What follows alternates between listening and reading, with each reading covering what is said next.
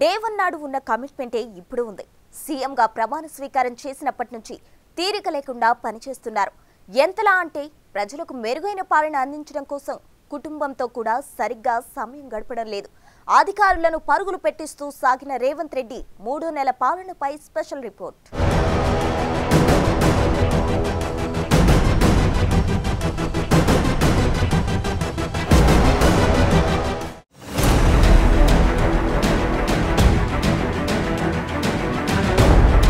మూడు నెలల ప్రజా ప్రభుత్వం.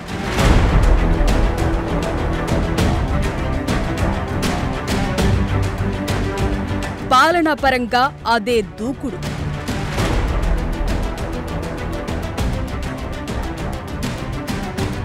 రాజకీయంగా అదే అగ్రెసివ్నెస్.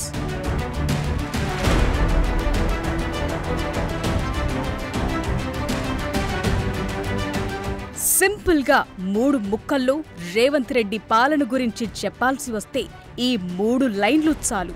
తెలంగాణలో ప్రజా ప్రభుత్వం కొలువుదీరినప్పటి నుంచి రేవంత్ రెడ్డి తనదైన మార్కు చూపిస్తున్నారు. పాలనా పరంగా డేరింగ్ డెసిషన్స్ తీసుకుంటూ పార్టీ పరంగా తన స్ట్రాటజీలు అమలు చేస్తున్నారు. మరో నెల రోజుల్లో పార్లమెంట్ ఎన్నికలు జరగనున్నాయి. ఈ టైంలో ప్రభుత్వ పరంగా తీసుకునే నిర్ణయాలు, పార్టీ పరంగా అమలు చేసే కార్యక్రమాలు ఎంతో కీలకం. ఆ రెండింటినీ బ్యాలెన్స్ చేస్తూ రేవంత్ రెడ్డి ముందుకు సాగుతున్నారు. సీనియర్లను కలుపుకుంటూనే జూనియర్లను ఎంకరేజ్ చేసుకుంటూ ఒక్కో అడుగు ముందుకేస్తున్నారు. ఆ అడుగులన్నీ తెలంగాణ అభివృద్ధికే అని చాటి చెప్పేలా సీఎంగా జర్నీ కంటిన్యూ చేస్తున్నారు రేవంత్ రెడ్డి.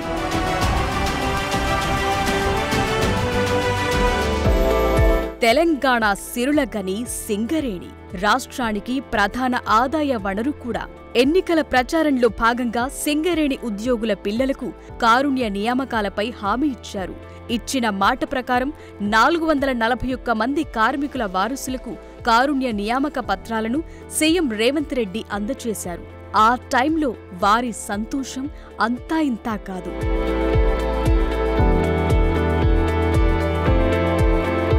ప్రస్తుతం ప్రపంచవ్యాప్తంగా డ్రోన్ల వినియోగం భారీగా పెరిగింది. వచ్చే రోజుల్లో డ్రోన్లను ఆపరేట్ చేసేందుకు పైలట్ల కొరత ఏర్పడే అవకాశం లేకపోలేదు.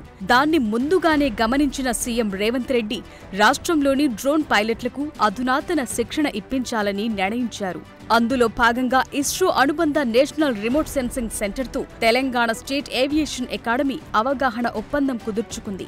అంతేకాదు ఫార్మాసిటీ ప్రాంతం వైపు డ్రోన్ పోర్టు కోసం 20 ఎకరాల స్థలం కూడా అన్వేషించాలని అధికారుల్ని సీఎం రేవంత్ రెడ్డి ఆదేశించారు. అంతేకాదు వరంగల్ ఎయిర్పోర్టు పునరుద్ధరణపైన పలు సూచనలు చేశారు.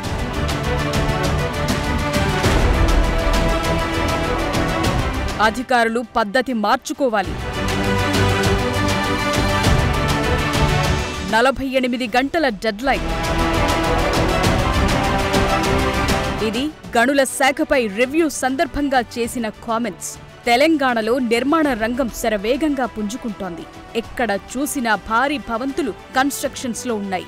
గత ప్రభుత్వ నిర్లక్ష్యంతో 25% ఇసుక అక్రమంగా తరలివెడుతోందని సీఎం ఆగ్రహం వ్యక్తం చేశారు.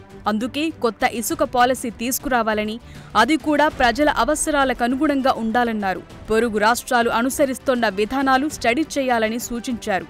అక్రమార్కులకు కొమ్ము కాస్తోన్న అధికారులు జాగ్రత్త అని వార్నింగ్ ఇచ్చారు. లేదంటే వేటు తప్పదని హింటిచ్చారు. ఫిబ్రవరి 8 నాడు తెలంగాణ గవర్నర్ తమిళిసై ప్రసంగంతో ఓటాన్ అకౌంట్ బడ్జెట్ సమావేశాలు ప్రారంభమయ్యాయి. 10వ తేదీన ఆర్థిక శాఖ మంత్రి మల్లు రవి అసెంబ్లీలో బడ్జెట్ ప్రవేశపెట్టారు. 17 వరకు జరిగిన సమావేశాల్లో ప్రతిపక్ష బీఆర్ఎస్ ను పాలకపక్షం ఓ ఆటాడుకుందని చెప్పొచ్చు. ప్రాజెక్టుల శ్వేతపత్రంపై చర్చ సందర్భంగా అధికార ప్రతిపక్ష సభ్యుల మధ్య మాటల యుద్ధం జరిగింది. అసెంబ్లీ సమావేశాలు జరుగుతుండగానే అంటే ఫిబ్రవరి 13వ తేదీన స్పీకర్ పర్మిషన్తో మేడిగడ్డ పరిశీలనకు వెళ్లారు. కాంగ్రెస్, సిపిఐ, ఎంఐఎం సభ్యులంతా ప్రత్యేక బస్సుల్లో మేడిగడ్డకు వెళ్లి బ్యారేజ్ పగుళ్లను పరిశీలించారు.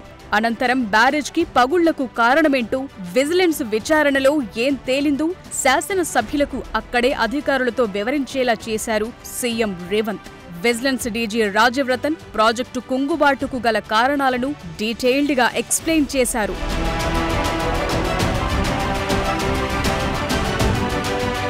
ఫిబ్రవరి 14 ఎల్బీ స్టేడియంలో పెద్ద పండగే జరిగింది.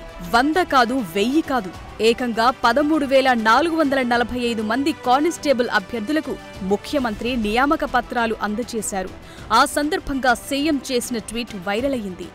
తెలంగాణను తులసివనంగా మార్చే సైన్యం, తెలంగాణను సురక్షిత రాష్ట్రంగా నిలిపే ధైర్యం, దేశానికే రోల్ మోడల్గా నిలిపే రక్షక దళం మీ రేవంత్ అన్న. ఇది కొత్తగా నియామక పత్రాలు అందుకున్న కానిస్టేబుళ్లను ఉద్దేశిస్తూ సీఎం రేవంత్ రెడ్డి చేసిన ట్వీట్. అదే సభలో సీఎం రేవంత్ రెడ్డి కేసీఆర్ పై తీవ్ర విమర్శలు చేశారు. ఇంతకీ కేసీఆర్ ఏమన్నారు? దానికి రేవంత్ రెడ్డి ఏ రేంజ్లో ఆన్సర్ ఇచ్చారో మీరే చూడండి.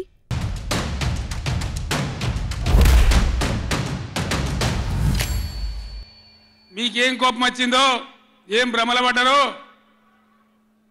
పాలిచ్చే బర్రెను ఆయన అమ్మేసి దున్నపోతుంది తెచ్చుకున్నారు. ఇక తర్వాత ఏం నడుతుందో 3వ నెల మీరు కళ్ళారా చూస్తున్నారు.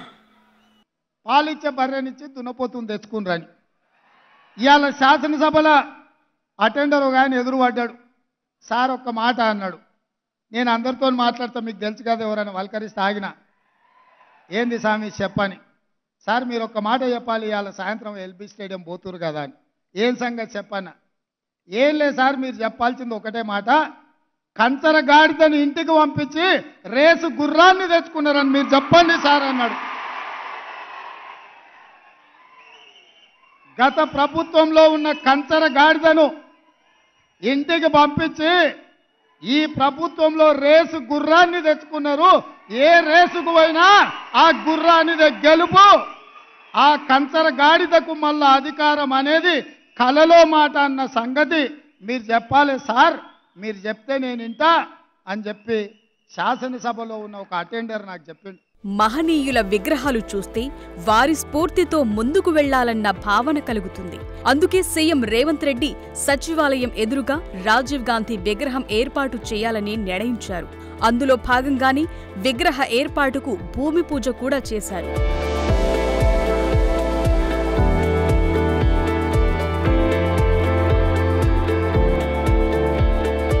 చీకటి నుంచి వెలుగు వైపు, అజ్ఞానం నుంచి విజ్ఞానం వైపు నడిపించే నిత్య సత్యమే గురువు.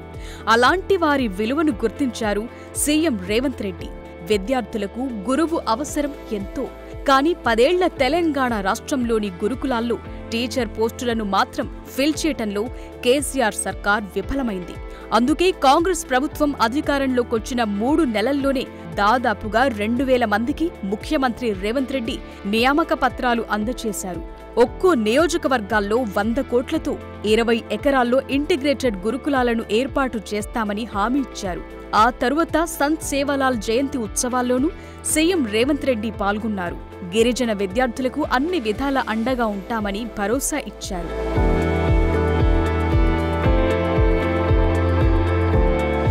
ఎప్పటినుంచో పెండింగ్లో ఉన్న కుల గణనకు శాసనసభ ఏకగ్రీవ ఆమోదం తెలిపింది. మంత్రి పొన్నం ప్రభాకర్ తీర్మానాన్ని ప్రవేశపెట్టగా సభ ఆమోదించింది. బలహీన వర్గాల బలోపేతమే తన లక్ష్యమన్న సీఎం రేవంత్ వారికి ఆర్థిక, సామాజిక, రాజకీయ ప్రయోజనాలు కల్పిస్తామన్నారు. కుల గణనకు సభ ఓకే చెప్పటంతో రాష్ట్ర వ్యాప్తంగా సంబురాలు అంబరాన్నంటాయి. బీసీల పక్షపాతి ముఖ్యమంత్రి రేవంత్ రెడ్డి గారి నాయకత్వం, పొన్నం ప్రభాకర్ గారి నాయకత్వం.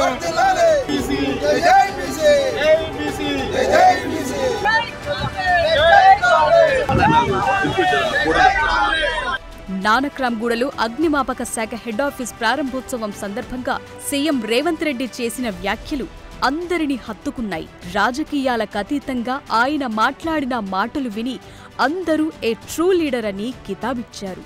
ఇంతకీ సీఎం రేవంత్ రెడ్డి ఆనాడు ఏమన్నారో ఇప్పుడు విందాం. చంద్రబాబు నాయుడు గారు కావచ్చు, రాజశేఖర రెడ్డి గారు కావచ్చు, చంద్రశేఖరరావు గారు కావచ్చు, గత 30 సంవత్సరాలు, 10 సంవత్సరాలు చంద్రబాబు నాయుడు, 10 సంవత్సరాలు రాజశేఖర రెడ్డి గారు, 10 సంవత్సరాలు చంద్రశేఖరరావు గారు. రాజకీయాలు ఎలా ఉన్నా, వాళ్ళ ఆలోచన విధానం ఎలా ఉన్నా, హైదరాబాదు నగర అభివృద్ధి విషయంలో గత ప్రభుత్వాలు తీసుకున్న నిర్ణయాలను కొనసాగించుకుంటూ ఇంకా మంచి నిర్ణయాలతోనే వాళ్ళు ముందుకెళ్ళిండ్రు. ఈ సాంప్రదాయం కొనసాగుతుంది. చాలామందికి కొన్ని అపోహలు ఉన్నాయి. ఆ అపోహలను చర్చించుకోవడం వల్ల ఏం ప్రయోజనం లేదు.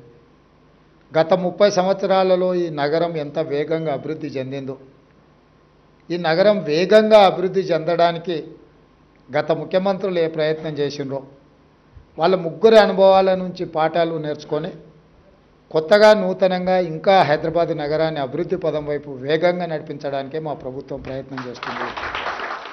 విన్నారుగా, ముగ్గురు సీఎంల అనుభవాల నుంచి పాఠాలు నేర్చుకుని హైదరాబాదును మరింత డెవలప్ చేస్తామని చెప్పటం నిజంగా ఓ గొప్ప విషయం. గత ప్రభుత్వాల మార్క్ కనిపించకుండా పాలనలో కూడా రాజకీయం చేసే ఈ రోజుల్లో రేవంత్ రెడ్డి అలా మాట్లాడటం అందరినీ ఆలోచింపచేసింది. అంతేకాదు, హైదరాబాద్ అభివృద్ధికి తన వద్దున్న మెగా ప్లాన్ను వివరించారు. చైనా తరహాలో 10 నుంచి 15 శాటిలైట్ టౌన్షిప్ల ఏర్పాటుకు ప్రణాళికలు రచిస్తున్నట్టు చెప్పారు. ఫార్మా సిటీని ఒకే చోట కాకుండా ఫార్మా విలేజ్లు ఏర్పాటు చేస్తామన్నారు. విజన్ 2050 దిశగా ముందుకు సాగుతామని సీఎం ప్రకటించారు. ఇప్పుడు మేము ఆలోచన చేస్తున్నాం, హైదరాబాద్ నగరానికే పరిమితం చేయదలుచుకోలేదు. తెలంగాణ మొత్తం ఒక నగరం లాంటిది. Almost more than 40% is urban area.